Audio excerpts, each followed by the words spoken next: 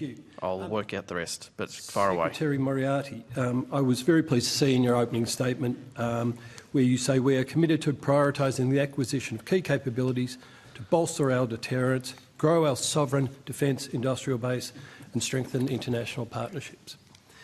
Would you agree with me that growing our sovereign defence industrial base is in fact part of our deterrence, is an element of deterrence? Yes, I think I would characterise it that way, Senator. I mean, national resilience has been regarded as a contributor to a deterrent posture for quite some time, and obviously within that there's some capabilities that we will need to be able to produce, sustain, repair and upgrade ourselves, and others where it's more simply being able to operate them. But defence industry is a sovereign, it's a fundamental input to capability. And in fact, the DSR, the NDS, the IIP, and the Defence Industry Development Program sets that out very, very clearly, doesn't it? In fact, in the NDS, and it's on page 18 for those following on at home, it says industrial resilience will reduce Australia's vulnerability to coercion, diminish the impacts and utility of coercion against Australia and our partners, and bolster the resilience of Australian industry. So it's set out very clearly that that's an important part of what we're trying to do here. That's correct, Senator. What active steps do you think, or what opportunities do you think are out there to bolster our sovereign industrial base?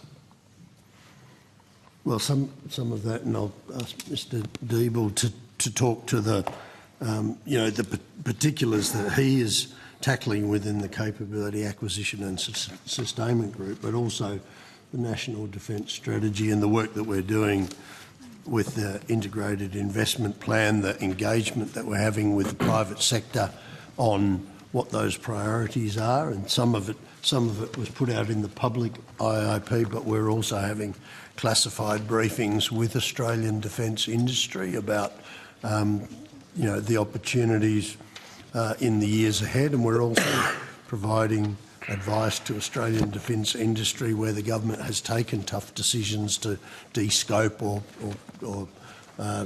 rearrange schedule, and in some cases cancel projects. So that engagement with the private sector is vital to being able to have defence industry aligned with us as we take the national defence strategy forward. But if I might first just throw to Mr. Hamilton, who looked after the National Defence Strategy, but then perhaps Mr. Deeble.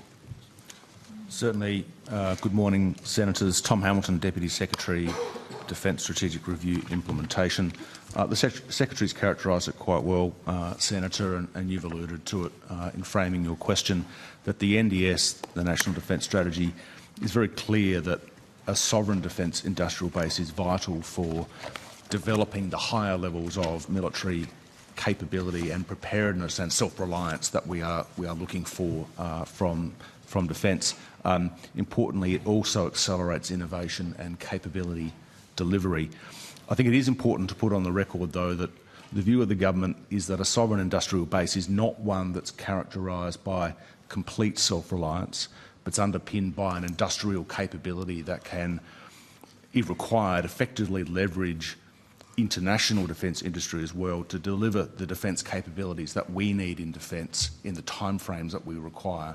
To do that, obviously, we need to work with industry so they understand the requirements coming from our strategy, and so we can work with them so they understand the opportunities, both to support us directly, but also to help build those links with international firms. But, Mr. Hamilton, should a conflict occur, whether Australia was involved or not, it is the most likely scenario would be that our sea lands of communication would be compromised, and therefore we'd be fully reliant on whatever we could make on shore, should we be drawn into a conflict.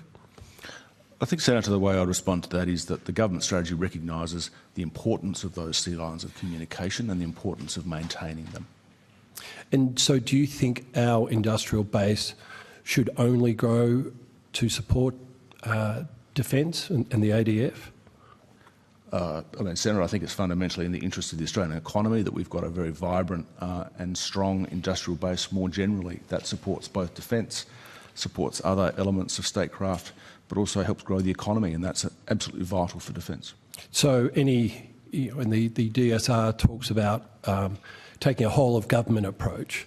So the whole of the government looking at Australian defence, whether the ADF want to buy products or not, you would agree with me is an important step for the government to take? Sorry, Senator, I didn't sort of quite catch the direct question there. So given that you would agree with me that even if the ADF aren't looking to purchase a particular capability, having a capability to manufacture onshore here and export to the rest of the world, as you say, builds our prosperity and builds our resilience. Would you agree that it's, given the whole of government approach set out in the DSR, that that industrial base should be strengthened and supported by government? I'd certainly agree that the NDS calls for a strong and resilient industrial base. It might be a good opportunity for colleagues at the table to talk about how we engage with industry to achieve that.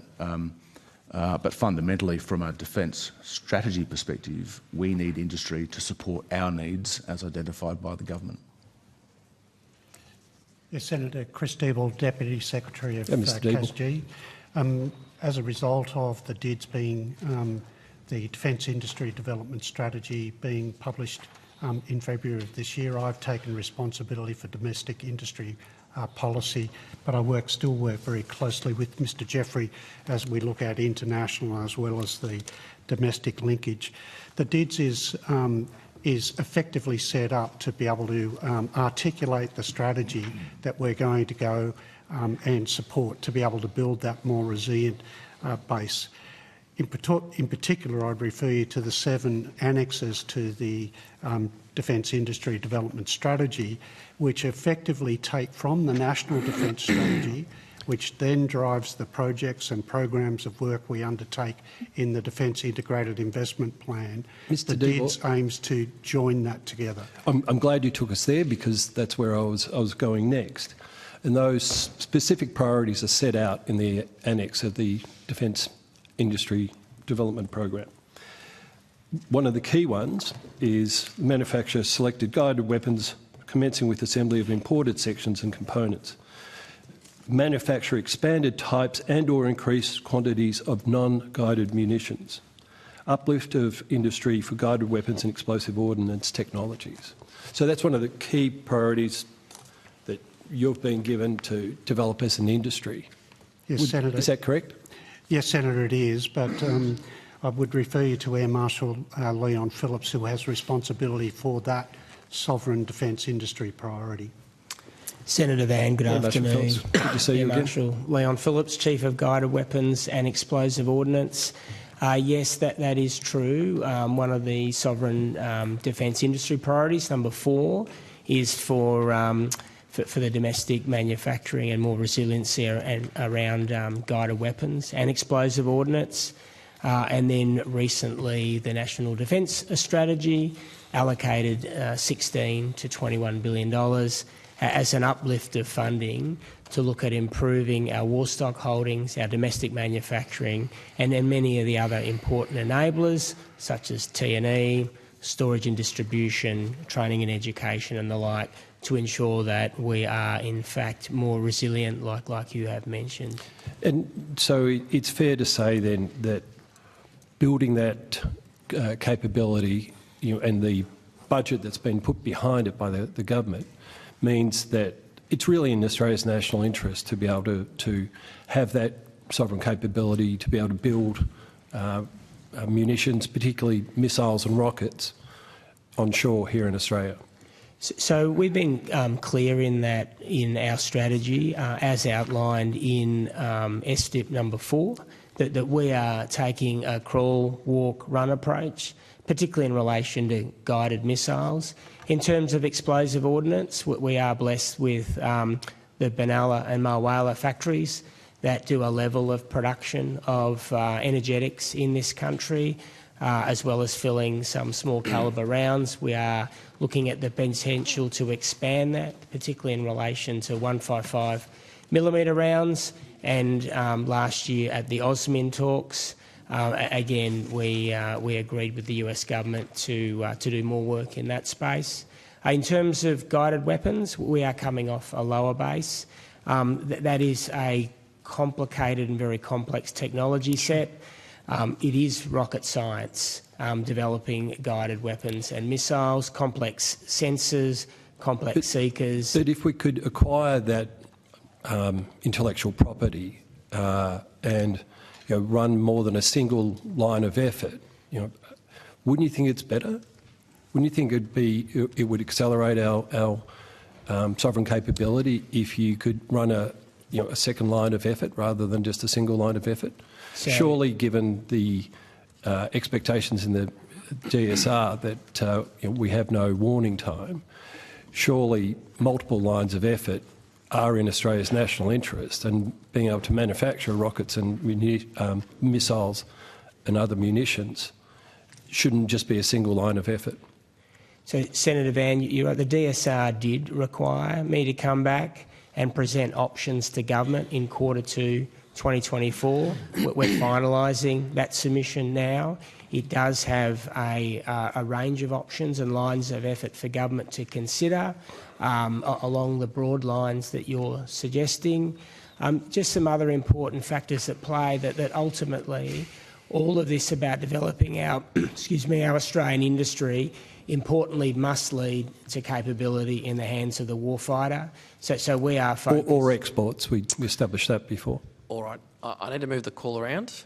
So what we are doing is we are focused on proven weapons systems integrated to carriage platforms that the ADF currently does or will use as part of our crawl approach to then engaging competent industries to uplift our capability. Thank you. I'll come back to this. Thank you very much. Senator Birmingham.